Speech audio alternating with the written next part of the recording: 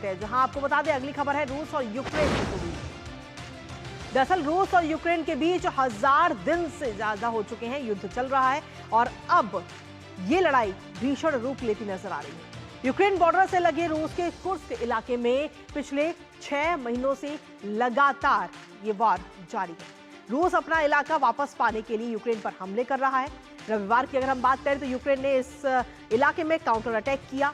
Drone और मिसाइलों की बारिश के बाद रूस ने इस पर कड़ा रुख अपनाते हुए बदला लेने की बात कही। रूस का कहना है कि यूक्रेन की ओर से 8 अमेरिकी ATACMS मिसाइल उनकी जमीन की ओर दागी गई, जिनको हवा में ही मार गिराया गया। दरअसल कुर्स्क एक रूसी इलाका है और पिछले साल अगस्त में यूक्रेन ने कुर्स्क प्रांत पर हमला करके 1376 स्क्वायर किलोमीटर की जमीन पर कब्जा कर लिया था। हालांकि बाद में रूस ने इस पूरे इलाके में हजारों नॉर्थ कोरियाई सैनिकों को तैनाती की गई, जिसके बाद यूक्रेनी सैनिक आगे नहीं बढ़ पाए। और वहीं अब इस हमले को लेकर यूक्रेन के राष्ट्रपति वोलोदिमीर जेलेंस्की का कहना है कि इस हमले में रूस और उत्तर कोरियाई इकाइयों को काफी नुकसान हुआ है। रूस और यूक्रेन के बीच चल रहे इस भीषण युद्ध पर करेंगे बात, लेकिन उससे पहले आपको ग्राफिक्स के जरिए दिखाते हैं कुर्स्क के ताजा हालात। तो रूस के कुर्स्क इलाके में ये जो वार है ये लगातार जारी है। हालांकि अगर हम देखें तो 1000 दिन से ज्यादा हो चुके हैं इस वार को शुरू हुए, लेकिन पिछले 6 महीने से इस इलाके में ये वार जारी है। यूक्रेन ने रूस को बड़ा झटका सीधे तौर पर दे दिया, क्योंकि रूस ने कुर्स्क इलाके में ये पूरा काउंटर अटैक किया है और रूस पर यूक्रेन ने मिसाइलों की ये बारिश किया। हालांकि इसको लेकर रूस की तरफ से भी प्रतिक्रिया सामने आ चुकी है। रूस की तरफ से सीधे तौर पर ये प्रतिक्रिया आई है और कहा जा रहा है कि नहीं, कोई नुकसान नहीं हुआ है, क्योंकि ये जो मिसाइलें थी उन्हें हवा में ही मार गिराया गया। बड़ी संख्या में यूक्रेन की तरफ से मिसाइल और ड्रोन दागे गए रूस पर और रूस के 2 शहरों को सीधे तौर पर ये निशाना बनाया गया है। तो ये जानकारी इस वक्त मिल रही है, जहां यूक्रेन को अगर हम बात करें तो यूक्रेन की तरफ से काउंटर अटैक देखने को मिला है, जिसमें क्रीमिया और सेवस्तोपोल पर यह हमला किया गया है, इन 2 शहरों पे। खासतौर पर अगर हम देखें तो पिछले 1000 दिन से ज्यादा हो चुका है जिसमें ये युद्ध चल रहा है। और अब जो हाल ही में यूक्रेन की तरफ से जो काउंटर अटैक किया गया, उस काउंटर अटैक से कहीं ना कहीं रूस दहल गया है और बदला लेने की बात भी कही जा रही है।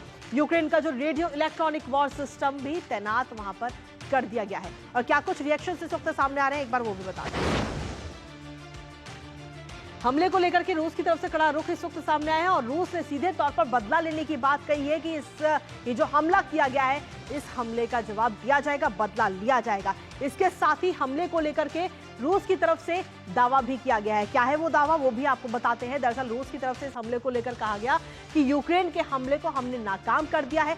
जो मिसाइलें दागी गई थी उनको जमीन पर पहुंचने से पहले ही हवा में ही मार गिराया गया है। यूक्रेन के 2 टैंक और 7 बख्तरबंद वाहन को तबाह करने का दावा भी रूस की तरफ से इस वक्त किया जा रहा है। इसके साथ ही अगर हम देखें तो 8 अमेरिकी मिसाइलों को हवा में ही मार गिराया गया, ये बात भी रूस की तरफ से कही जा रही है। लेकिन इसके साथ ही ये भी कहा जा रहा है कि ये जो हमला किया गया उसका जवाब पूरी तरीके से दिया जाएगा, जवाब देने की बात कही गई। यूक्रेन के ड्रोन भी तबाह करने का दावा इस वक्त रूस की तरफ से किया गया है। इसी पर ताजा अपडेट ले लेते हैं। हमारे साथ में हमारे सहयोगी शुभेंदु इस वक्त जुड़ रहे हैं, सीधा उनका रुख। शुभेंदु हमारे साथ जुड़ गए। शुभेंदु, क्या कुछ ताजा अपडेट है आपके पास में? अगर हम बात करें रूस और यूक्रेन की तो 1000 दिन से ज्यादा का वक्त हो चुका है और ये युद्ध लगातार जारी है। जंग जो है ये खत्म होने का फिलहाल नाम नहीं ले रही, लेकिन अभी हाल ही में जो अपडेट इस वक्त सामने आया, कहीं ना कहीं यूक्रेन की तरफ से जो काउंटर अटैक किया गया है उसको लेकर क्या कुछ अपडेट्स हैं आपके पास में? जी कृतिका, इस भीषण जो लड़ाई है उसके पीछे का कारण हमें समझना होगा। ये रूस और यूक्रेन का जो युद्ध है ये एक निर्णायक दौर में प्रवेश कर रहा है। निर्णायक इसलिए नहीं कि कोई एक पार्टी ज्यादा मजबूत हो रही है और दूसरी कमजोर, बल्कि इसलिए क्योंकि अमेरिका में सत्ता परिवर्तन हो चुका है। वहां पे जो प्रेसिडेंट जो बाइडेन पूरी तरीके से यूक्रेन के सपोर्ट में थे, बिलियंस ऑफ डॉलर्स उन्होंने इन्वेस्ट करे हैं वेपन्स में यूक्रेन को सपोर्ट करने में। अब उनकी जगह अगले 15 दिन में डोनाल्ड ट्रंप लेने वाले हैं, जो कि जो अमेरिका का किसी भी युद्ध में पार्टिसिपेशन है उसको पूरी तरीके से कम करना चाहते हैं। तो इस कारण से अगले जो 15 दिन है वो बहुत महत्वपूर्ण बन जाते हैं। जो कुर्स्क की आपने बात की, जहां पे भीषण लड़ाई चल रही है, ये एक स्ट्रेटेजिक लोकेशन है। ये एक रूस की टेरिटरी है, पश्चिम रूस में पड़ता है, बॉर्डर पे यूक्रेन के साथ में। यूक्रेन चाहेगा कि ज्यादा से ज्यादा जो रूस की टेरिटरी जो वो कैप्चर कर पाई थी पिछले साल अगस्त में, हालांकि करीब 40% टेरिटरी जो उन्होंने कैप्चर किया था वो रशिया ने वापस हासिल कर लिया है, लेकिन कुर्स्क उन कुछ रीजन्स में से है जिसपे अभी भी यूक्रेन के जो फोर्सेस है उनका दबदबा बना हुआ है। यूक्रेन चाहेगा ऐसे ही जो जगह है उनको वो अपने कैप्चर में रख सके, ताकि अगर सीज फायर का नेगोशिएशन होता है तो एक बार्गेनिंग चिप के तौर पर यूक्रेन जो है इन टेरिटरीज का इस्तेमाल कर सकता है, अपनी टेरिटरीज रशिया से वापस ले। हम जानते हैं दोनियास्क, लुहांस्क, ज़ापोरिज़िया और काफी ज्यादा यूक्रेन की जो टेरिटरीज हैं वो रशिया के कंट्रोल में अब हैं। तो अभी जो लड़ाई भीषण रूप ले रही है उसका कारण यही है कि यूक्रेन चाहेगा अगले 15 दिन में वो जितनी रशियन टेरिटरीज को अपने कंट्रोल में ला सके, उतना ही सीज फायर नेगोशिएशंस में ज़ेलेंस्की को फायदा होने वाला है। लेकिन इसके साथ ही शुभेंदु, अगर हम देखें तो अब रूस की तरफ से ये बात कही जा रही है कि ये जो हमला, जो काउंटर अटैक इस वक्त किया गया है यूक्रेन की तरफ से, उसका बदला लिया जाएगा, उसका जवाब दिया जाएगा, ये बात कही जा रही है। बिल्कुल, उसका भी हमें जो संदर्भ है वो समझना होगा। प्रेसिडेंट बाइडेन जाते जाते उन्होंने एक बड़ा अनाउंसमेंट किया। पिछले महीने हमने देखा कि जो लॉन्ग रेंज मिसाइल्स होती है अमेरिका की, जो पूरी लड़ाई में अमेरिका ने कहा कि यूक्रेन को रशिया की टेरिटरी के अंदर नहीं इस्तेमाल करना चाहिए, वो सिर्फ अपने डिफेंस के लिए इस्तेमाल करे। जाते जाते प्रेसिडेंट बाइडेन ने उनको परमिशन दे दी एक तरीके से, ज़ेलेंस्की को, कि आप रूस के अंदर जहां पर भी वो मिसाइल चाहें इस लड़ाई को जीतने के लिए आप चला सकते हैं। ये एक बड़ी बात थी। जो ATCMS, जो एटाकैम्स मिसाइल्स की आपने बात करी, ये लॉन्ग रेंज मिसाइल्स होती हैं। रूस के भीतर तक मार करने की क्षमता यूक्रेन को इससे प्राप्त हुई है।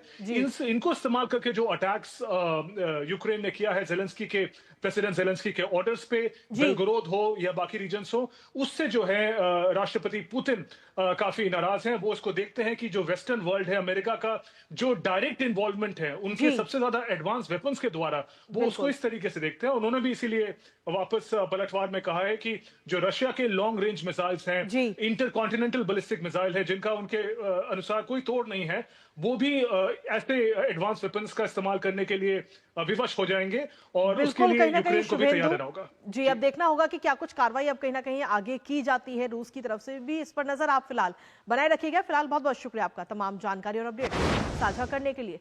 तो कुल मिलाकर अगर हम देखें तो रूस की तरफ से अब ये बात कही जा रही है कि यूक्रेन ने जो काउंटर अटैक किया है, जो हमला किया है कुर्स्क शहर पे, उस पर अब कहीं ना कहीं जवाबी कार्रवाई भी की जाएगी। जवाब इसका जरूर दिया जाएगा। हालांकि क्या कुछ रहेगा वो जवाब, क्या है प्लान रूस का, उस पर भी लगातार हमारी नजर बनी रहेगी। लेकिन इसी के साथ फिलहाल न्यूज पंच मुझे और हमारी टीम को दीजिए अनुमति, और 2 बजे फिर होगी आपसे मुलाकात कुछ और महत्वपूर्ण और जरूरी खबरों के साथ। तब तक के लिए नमस्कार।